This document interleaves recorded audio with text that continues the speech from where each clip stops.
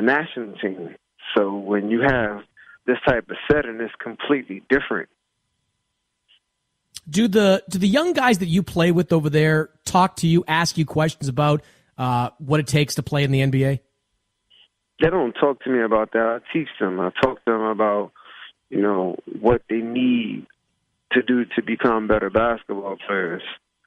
There's one thing that I do have, and that's a lot of experience. And I feel like I'm a better student of the game than I am a basketball player. Have you seen over the last 8 years, I guess, the skill level rise in the Chinese Basketball League? Definitely. It's growing. It's getting bigger. It's a slow progress.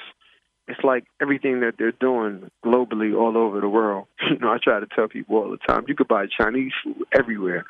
You don't even think about asking somebody to say, oh, do you want to have Chinese takeout? So it's a slow progress. In basketball and all of the things that they're doing. Did you ever think you'd have statues of yourself in China? Never. Do you have a statue of yourself in Coney Island? Right, exactly. You said statues. People don't even realize there are statues.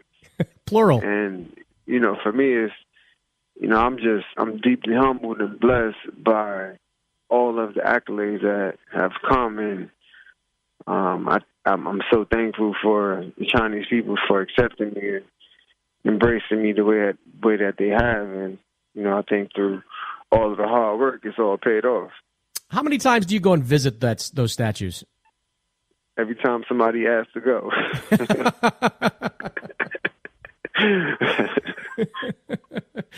Of course you'd go. Why wouldn't you? You'd want to go hang out at your statue.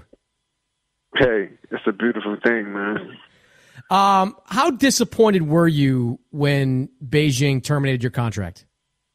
I wasn't disappointed at all. I was just more hurt. The fact that I wanted to continue my career, but at the end of the day, I understand the business. So because I'm 40 years old, I understand the rebuilding process. My relationship with Shogun is still the same. It's just part of the business. It's something that happened. But, luckily there's another Beijing team, so I had the opportunity to be able to stay in Beijing. So, it's all good. The idea of playing in the NBA, once again, how serious are you about getting one more crack at the NBA? I mean, I said it, so it's not a how serious is.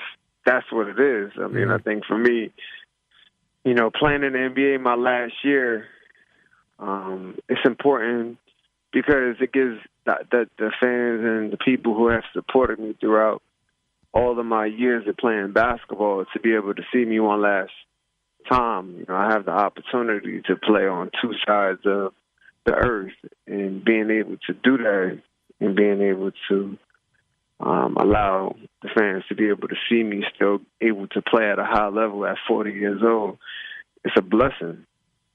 I guess serious was probably the wrong word. I mean, how realistic do you think it is that you can play in the NBA? Have you watched me play? I have. I look at the numbers though, and over guys over 40, very few players in the NBA ever. I mean, how many players at my age, at 38, 39, can still move like how I move and do the things that I'm able to do? There's not that many, So that in itself is something uniquely different. So I think for me, playing in the NBA, that's not a hard thing to do. I'm still able, I'm still capable, I'm still in shape, I'm still strong, I'm still able to move fast, I'm still able to shoot and do all of the things that's needed. You said you contacted one team. I mean, what kind of interest have you received over the last few weeks? We'll see. It's premature right now. It's something that I said that I wanted to do. It's not something that teams have said they wanted. I think from the scouts and from people who have watched me play over the last 5 years, they know what I'm capable of doing. They watch. They come to all of the games. They've seen me in action. Right now I'm in decent shape for September. I'm playing 32 minutes a night, in preseason games that are intense. The level of competition is not the NBA, but the speed and the reaction time is the most important thing for right now in September. So by the time March comes, I think I'll be in tip-top shape. I think I'll be in the moment of how the game is being played. The question always with guys playing in other leagues versus the NBA is, can they defend at NBA level? Do you think you can still defend at an NBA level? I mean, when you play basketball for as long as you play, you know how to defend. Mm-hmm. Do you feel like you have got a guard too? Yeah, you still got to be able to score. If you can't score, I mean, the name of the game is put the ball in the hole. The guys who make the max contracts and the big money, they aren't the guys who know how to defend. Those are the guys who put the ball in the hole. Do you feel like you have unfinished business in the NBA? No. Because you think if you don't play another game, you'd be happy with the way everything went? My dude, I got statues, museums, green card, key to the city of Beijing, the most populous country on the planet. I'm good. No, look, of course you are. Of course, you had tremendous success. I'm good. In basketball, I've done something that no basketball player has ever done. I mean, nobody. So, I mean, I'm aware it's not a gloating thing. It's just a what happened thing. No, of course. I mean, the success you've had globally is. I just wonder if you ever think about the KG years and doing anything differently in your career.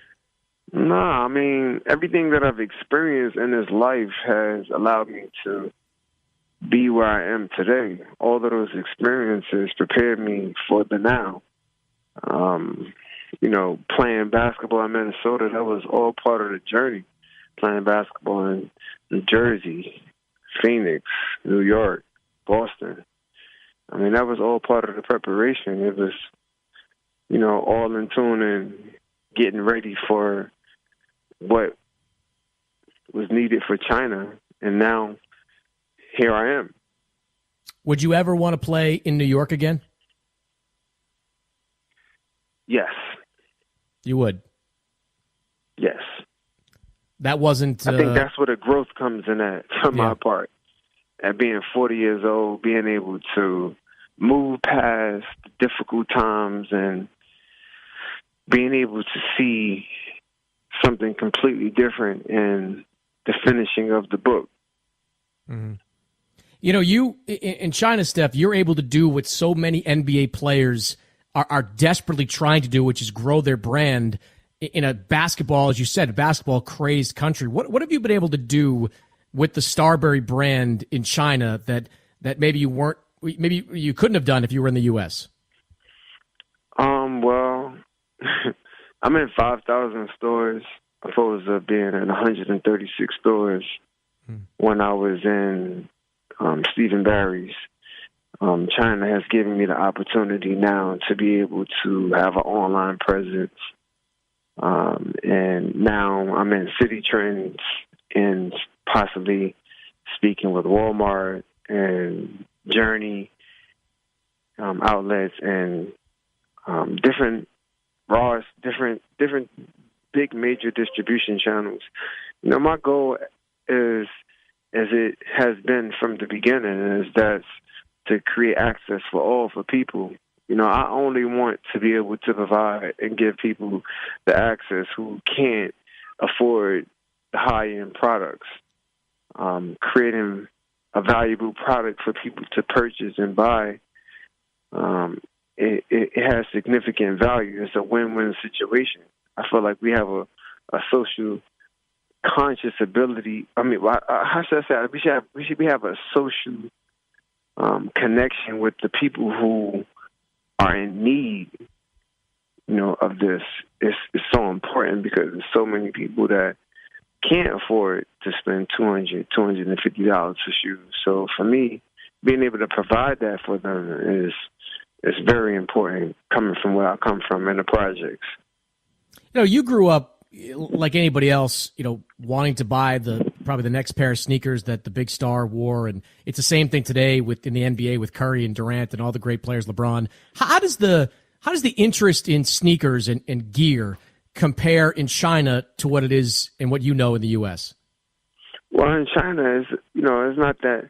It's like a one-child policy. What it changed, so the parents, they're able to buy the kids a pair of expensive shoes.